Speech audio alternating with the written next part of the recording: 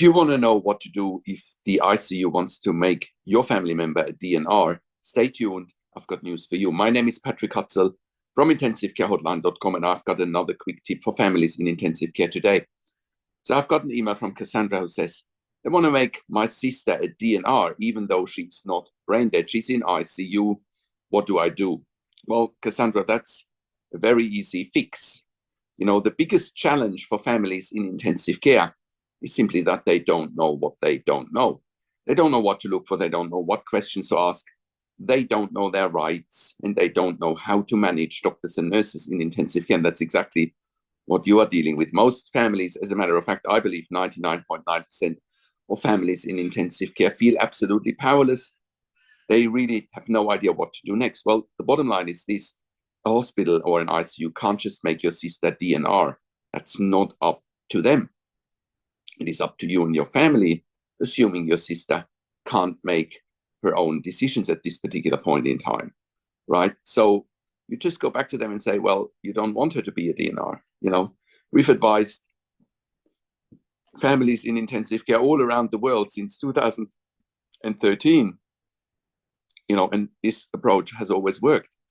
You know, ICUs are very good at pretending they can do whatever they want. They're very good at that.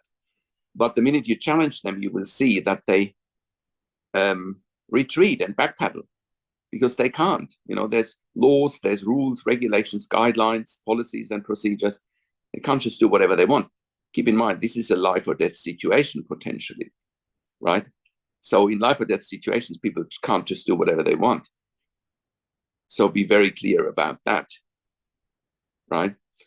And then once you have the DNR removed, or maybe it sounds to me like your sister doesn't have a DNR just as yet, you know, keep it that way. But even if your sister had a DNR, you could still remove it, right? Once again, it's up to you and the family, not up to the ICU, right? DNRs have their time and their place. When someone is in a real end-of-life situation, not in a perceived end-of-life situation, in a real end-of-life situation, that's when a DNR might be appropriate, right? But it sounds to me like your sister is not in a real end-of-life situation, right? And once a DNR has been issued, I can tell you from my, you know, I've worked in critical care nursing for 25 years in 3 different countries, where I worked as a nurse manager for over 5 years, and where I've consulted and advocated for families in intensive care all over the world since 2013 here at intensivecarehotline.com. I can assure you that once a DNR is in place, ICU will wind things down. They will no longer give your loved one best care and treatment. I can assure you of that. I've seen it over and over and over again.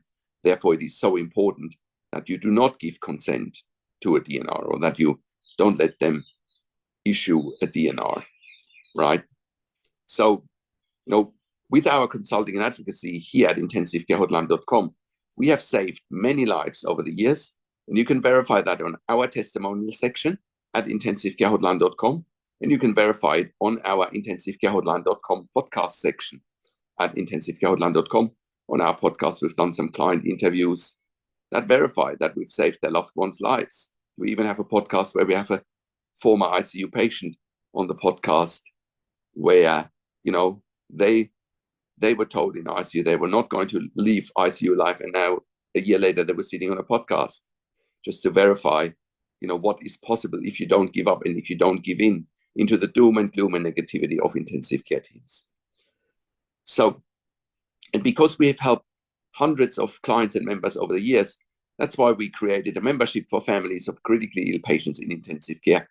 And you can become a member if you go to intensivecarehotline.com, if you click on the membership link, or if you go to intensivecaresupport.org directly.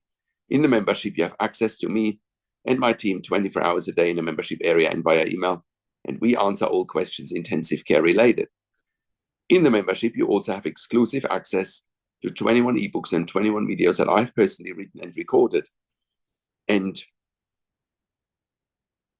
in the membership, you also, you know, with all of that information at your disposal, it will help you to make informed decisions, have peace of mind, control, power, influence, making sure your loved one gets best care and treatment always. I also do one-on-one consulting and advocacy over the phone, Zoom, Skype, WhatsApp, whichever medium works best for you. I talk to you and your families directly, and I handhold you through this once-in-a-lifetime situation that you simply can't afford to get wrong. I also talk to doctors and nurses directly, and I ask them all the questions that you haven't even considered asking, but must be asked when you have a loved one critically ill in intensive care. I also represent you in family meetings with intensive care teams. We also do medical record reviews in real time so that you can get a second opinion in real time. We also do medical record reviews after intensive care if you have unanswered questions, if you need closure, or if you are suspecting medical negligence. And all of that you get at intensivecarehotline.com. Call us on one of the numbers on the top of our website, or simply send us an email to support@intensivecarehotline.com with your questions. And if you like my videos, subscribe to my YouTube channel for regular updates for families in intensive care. Click the like button, click the notification bell, comment below what you want to see next, what questions and insights you have from this video. Share the video with your friends and families. I also do a weekly YouTube live where I answer your questions live on a show. And you will get notification for the YouTube live if you are a subscriber to my YouTube channel, or if you are a subscriber to my intensivecarehotline.com email newsletter at intensivecarehotline.com. Thank you so much for watching. This is Patrick Hutzel from intensivecarehotline.com, and I will talk to you in a few days. Take care for now.